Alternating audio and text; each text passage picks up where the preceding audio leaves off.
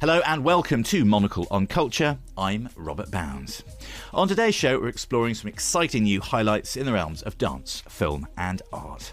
First, we'll hear about a new showcase of radical Iranian films and the fascinating stories of how many of them were found and then lovingly restored. Then we'll head to the sunny vineyards of Provence to hear about a group exhibition of modern and contemporary art at Château La Coste.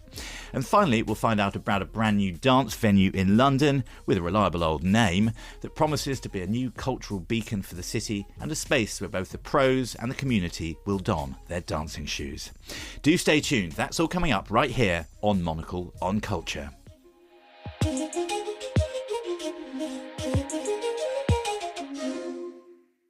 Born in the 1960s and 70s, the Iranian New Wave was a grassroots movement among Iranian filmmakers and a response to the rapid modernisation and cultural paradoxes of pre-revolution Iran.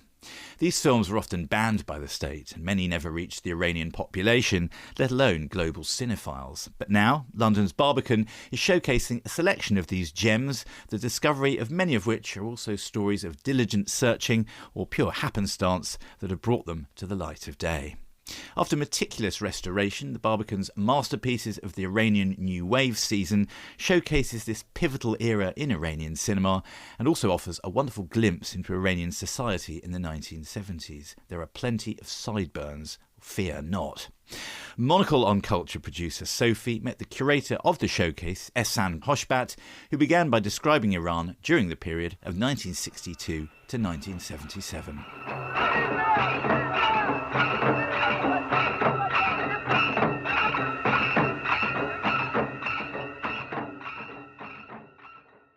It was a period of rapid changes, both social and cultural.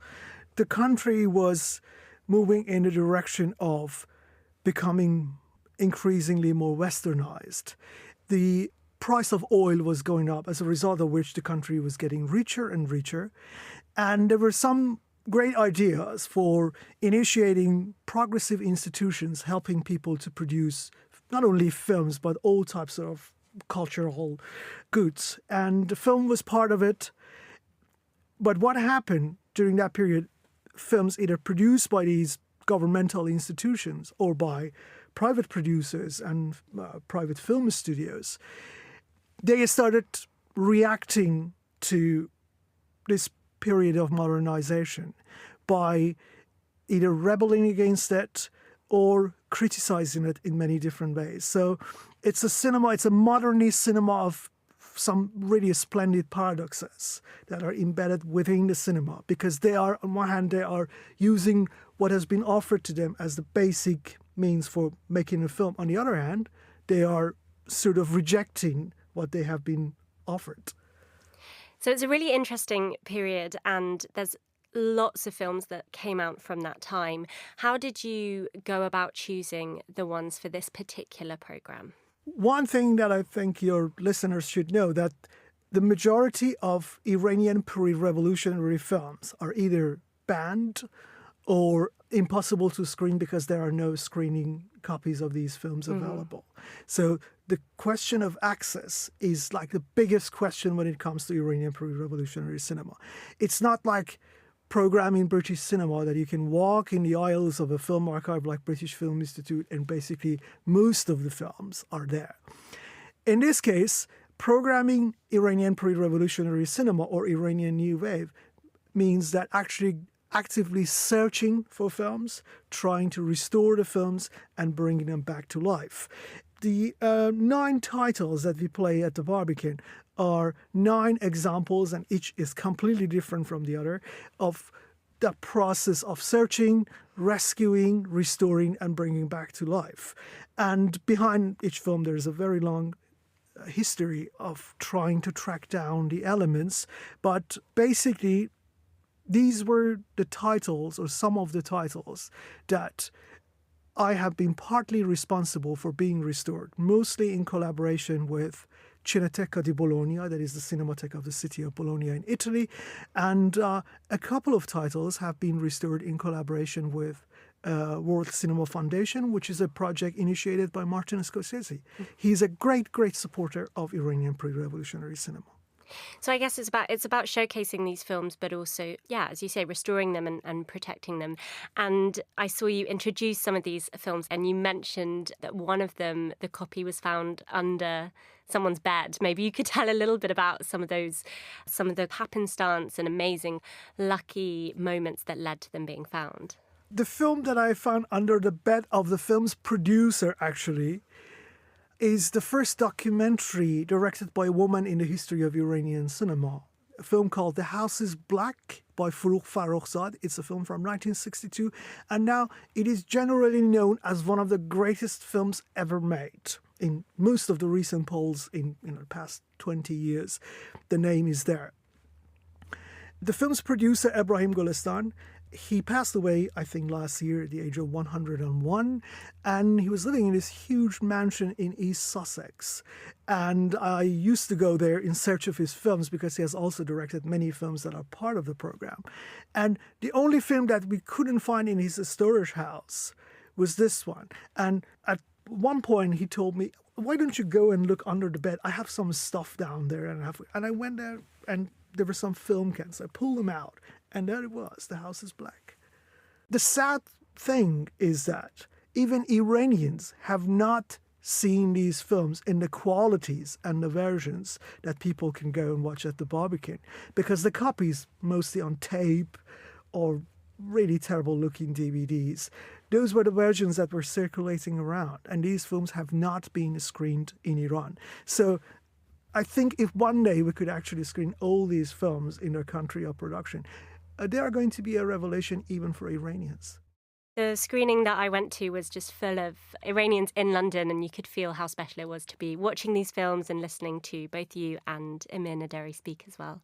I wanted to end by just asking you if there's one of the films that you think really captures something about Iran that you really want to share more widely, or one that you think might be a good starting point for people who are interested in learning a bit more about this period of Iranian filmmaking. One film which we finished restoring in June 2023 is The Stranger and the Fog. That's a film that is very close to my heart. It's a very complex film. It's not an easy film, but it's a very rewarding experience if someone really sits for 2 hours and 25 minutes and watches this almost impossible to explain or define piece of myth combined with symbolism, combined with a sort of a feminist tale of people living in a coastal village who encountered a stranger, and this stranger turns their lives upside down.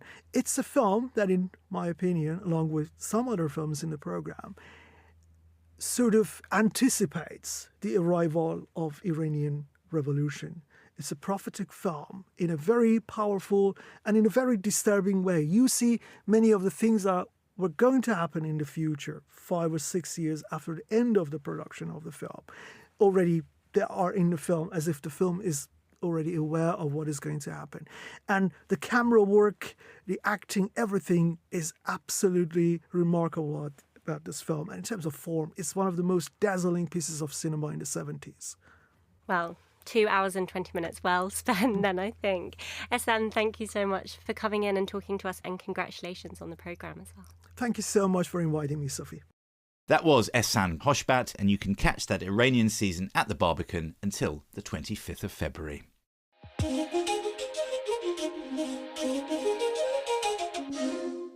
Over the past 2 decades, Château La Coste, close to Aix-en-Provence in the hazy picturesque of the south of France, has emerged as a global destination for art and architecture buffs.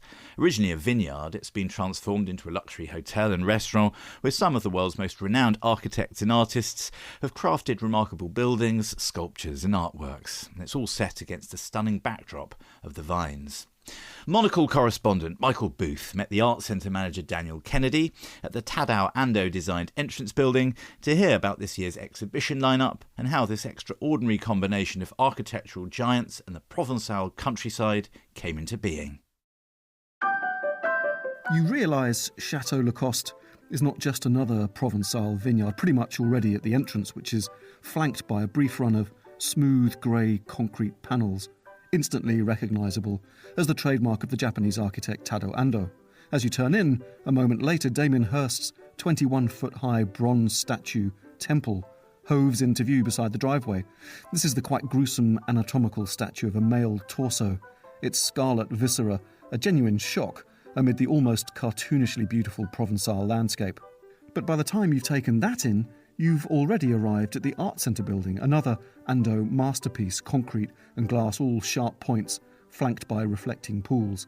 This is where I meet Art Centre manager Daniel Kennedy. He explained the genesis of Château La Coste. Our proprietor, Patrick McKillen, has been a fan of Ando's work since many, many years, and this project gave them the opportunity to work together. Patrick's sister, Mara, has lived in Aix since 1990, and I think he really fell in love with the landscape, the nature, the countryside here. And after years of looking, this place became available and seemed perfect. Dublin-born property magnate Patrick McKillen isn't here today, unfortunately, but Daniel was kind enough to give me a preview of the new exhibition in the old winery building and fill me in on how the transformation of this ancient vineyard into an art and architecture destination began with the commission of French architect Jean Nouvel to build a new winery. Daniel points to it, glinting a little down the hill, two corrugated steel structures like giant versions of the polytunnels you see everywhere in the countryside here just north of Aix-en-Provence. Behind us, in the middle of the reflecting pool in front of the Art Centre, is Louise Bourgeois' crouching spider. Bourgeois was the other foundation stone for what the chateau has evolved into over the past 2 decades. But Jean Nouvel did the winery and was the first kind of contemporary completed project on site. But parallel to that, Patrick had been talking to Louise Bourgeois and had the idea of putting on water. Then Ando became involved. And what can visitors expect to see for the next few weeks here? We move around the collection of Villa Lacoste every winter because the hotel might close for a few weeks. So this time we had a small space in the programme, so we have hung them on some of the exhibition pavilions for visitors to see until we open our next shows. Let's go and have a look.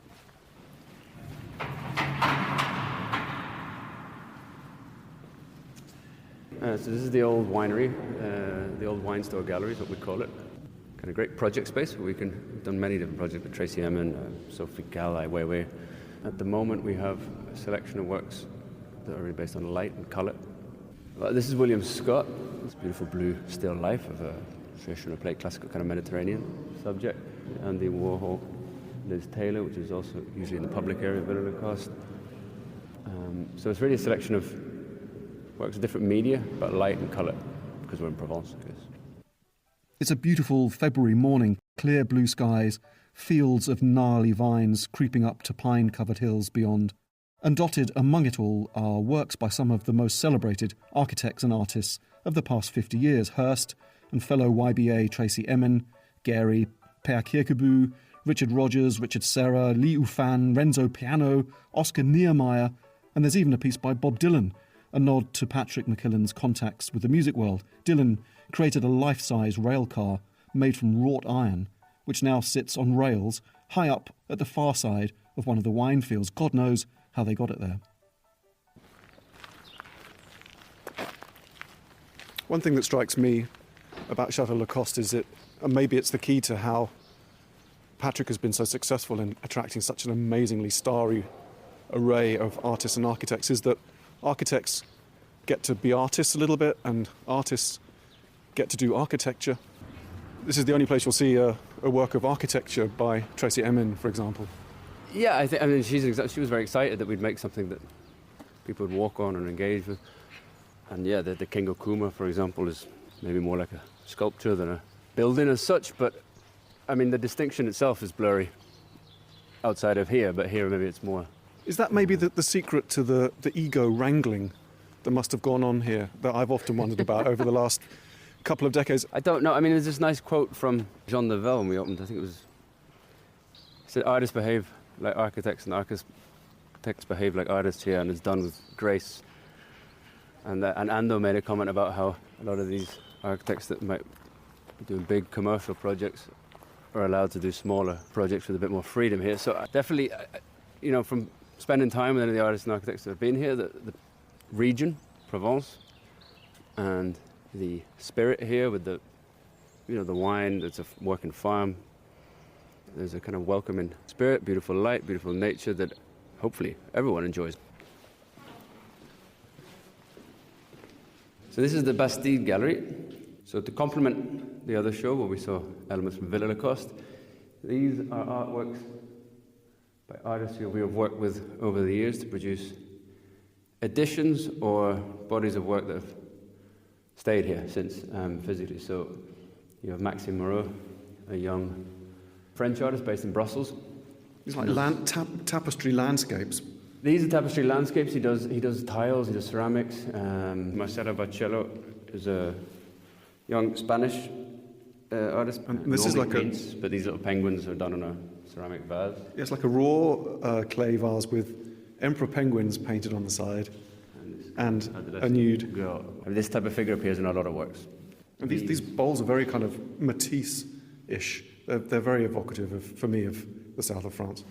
So these vases are by Perrine Boudy, who's based locally, but she does these raw clay. They're fired, but they're not glazed, and then she paints on top of them. And how long is this exhibition on for?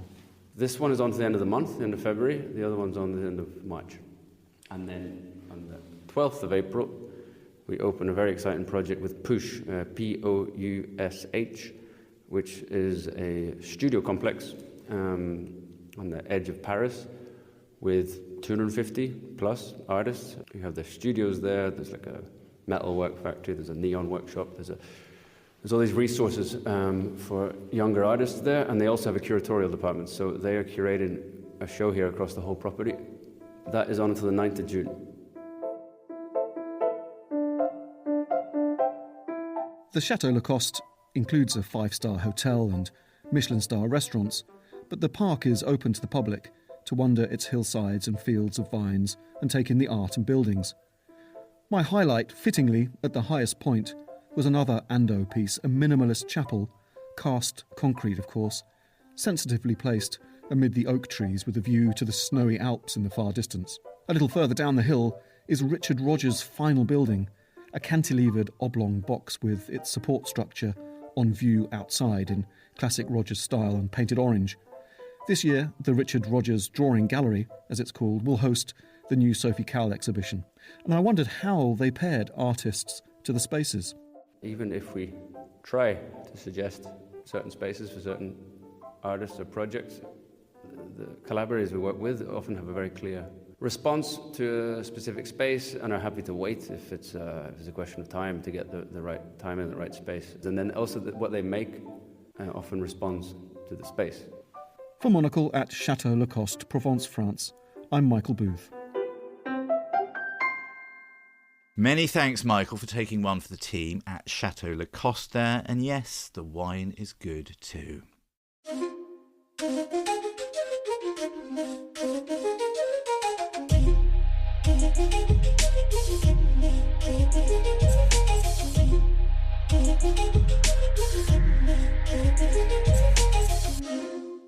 Sadler's Wells East is a dynamic new venue for dance located within the Queen Elizabeth Olympic Park, way out in East London.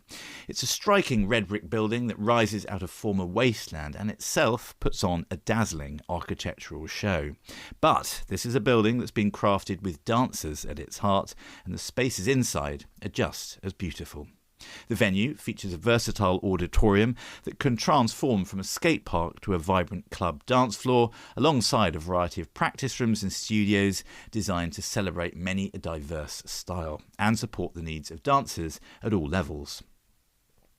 I headed to the venue to speak to the executive director of Sadler's Wells, Britannia Morton, and started by asking how she had envisioned the physical space. Because I'm a theatre person, I've worked, in theatre for an awfully long time, and I've always worked on the practical side of things. And so I've always thought about this building inside out. When you ask me that question, I'm not so much thinking about the outside and what the outside looks like. Not the silhouette so much. No, not the silhouette so much. And that's where the architects are so good at that, and they've done a brilliant, beautiful job. What I'm thinking about is the facilities that are here that are serving dance and serving the future of our art form, And the other side of it is making sure that it's a really welcoming space and that you don't feel fearful to enter. Yes, you've got two big illuminated signs saying that you are welcome on either of the two entrances of this new place. And how did you do it? I know we had a tour, and you talked a bit about inside and outside architecture and ways that the architects, and I'm sure your staff and your programming, will be welcoming people into the space. But what's the first stop on that journey? Like, how do you get people to come in, other than the curiosity of the new building and all the rest of it? What's the first stop on that journey? I suppose we've been working with local communities here for 7-8 years, and we've been working in schools particularly, introducing the name Sadler's Wells, because, you know, we like to think that everyone knows who we are, but of course they don't, and building that understanding of who we are, what we stand for, and that kind of thing. And then we're wanting to break down that barrier, as I was saying, and give people a sense of what we're doing here, and that we're a dance organisation, and that dance is for you, for them, for everyone. You know, we're interested in your dance, not just our dance. But this is obviously reflected in its programming. You're kind of leaning into the area, the part of London that you're in. It's quite a crossroads for all sorts of different cultures, types of people. You also, we should say, if people aren't familiar with the plot of land, your new next door neighbour is a West Ham football club. There is obviously some symmetry between these two professions. But yeah, tell me about the kind of people that you aim to attract, because you're going to have a hip-hop academy, you're going to have all sorts of things here that kind of changes perhaps some of your core constituencies' ideas of what dance can be. That's right. At Sadler's Wells, we will be doing ballet here. We will be doing, you know, contemporary dance as people imagine it, you know, people in leotards rolling around on the floor. We will be doing that. You read my mind. We will also be doing hip-hop. We'll be doing Kathak. So all the different dance forms. And our thinking at Sadler's Wells is that we want to explore all those different forms and look to the future of what they're doing. So we're not so much looking back at the heritage of the past, but we're looking to what those dance forms are looking forward to and how they're evolving into the future. And hopefully that those different dance styles in their different ways connect with an awful lot of people, and a lot of people from the areas around here. And then we'll also be inviting those people to come in and dance with us in the foyer. You know, that social dancing side of things is also something we want to offer. So the cocktails will have repercussions, presumably. Let's hope so. You'll be practicing what you preach. Yeah. And I know that you've obviously been working, you've consulted with lots of people for this project, choreographers and people that put on contemporary dance. What were the things that they thought was necessary? What are the kind of key ingredients that they needed from this space in order to be able to put on these amazing productions? The main thing that dance needs is space. So we've got 6 beautiful dance studios here. And when we talked to dancers and choreographers, they said that they wanted spaces that felt like working spaces. They didn't want them to be too precious. And they gave us lots of practical insights. So, for example, some of our studios have mirrors and bars. Some of them just have mirrors. Some of them have no mirrors or bars, because different people, different dance styles, you know, need different conditions, if you like, to thrive. So we really worked on that. The other thing that we've done here is each studio has easy access to an outdoor terrace, because if you're rehearsing, it's often long hours in one room, and having that space to go out and get a bit of fresh air is really important, you know, to your creativity and to your well-being. So we've made sure that those terraces are accessible from each studio as well. In terms of the main auditorium, Britannia, we saw a crew in there rehearsing Our Mighty Groove. And you were talking about the sort of usability, you've got retractable seating, you've got all sorts of things. By the way, that looks like it's going to be a fantastic show. There's a lot of great colours in there, as well as great movement. Tell us a bit about the design of that and what dancers need in the auditorium itself, sightlines and this kind of thing. So what we've got a mid-scale auditorium. So it seats about 550. And what we wanted to make sure was that you felt like you're all in one room together. So it's one tribune of seats and a very generous stage. It's not like Sadler's Wells in Angel, where you've got 3 levels of seating. It's got 1 level of seating to make sure you get that intimacy. And as I say, you're all within one room together. And then in terms of the stage, as I say, it's generous. It's got a full flying system. It's a similar flying system to the one we have at Sadler's Wells, so that we can make a show here and transfer it there, vice versa. So you get building that flexibility. But then here we've also got the ability to retract most of the seating underneath a little balcony and then make this big, generous flat floor space for more promenade works that you might sometimes see in places like Tate Modern or something like that. We can do that here. And lots of choreographers want to work in that way, in that more flexible way now, and we want to give them the facilities to do that. And just finally, on the architecture itself, it's a big building, but it's got very human materials. There's a lot of brick, and there's interior brick as well as exterior brick, and there's a lot of beautiful smelling timber. What's this made of, and how do you feel walking around your new domain? Well, you know, for a lot of staff at Sadler's Wells, it's been a real joy seeing their reaction. So I've been working on this for a long time, and you know, it's lovely seeing the thing that you've seen on a flat plan grow out of the ground and become real. And then for other colleagues who've heard me wanging on about it for years, actually coming here and seeing it, you know, it really brings it to life, and you can see the joy on people's faces, and you know, it's all been worthwhile, all this work and effort. And the materials, I think one of the things you can say about O'Donnell and Toomey, the architect's work, is that it feels very honest. They're not cladding a lot of things. The brick is the brick, and we're in a room at the moment with brick walls. You know, they're not trying to be something else. Do you know what I mean? It's not fussy, but it is beautifully thought through. So you've got lovely brick, you've got beautiful wood, you've got lovely paint finishes on the metalwork are lovely as well. Work, you know, in this lovely red oxide colour. And they all add up to being quite warm finishes and welcoming finishes. And the light is warm. So it's all trying to sort of give you that warmth and make you feel comfortable in the space. Well, congratulations on this amazing place. It's stunning. Can't wait to see it in all its glory in the auditorium itself. Britannia, thank you very much. Thank you. That was Britannia Morton, and we heartily recommend catching a show at Sadler's Wells East. And that is it for today's programme. Monocle on Culture is produced by Sophie Monaghan-Coombs and Steph Chungu, and Steph also edits the show. Many thanks also to Maisie Ringer for scripting help with today's episode. We'll be back at the same time next week, but until then, from me, Robert Bounds, thank you for tuning in.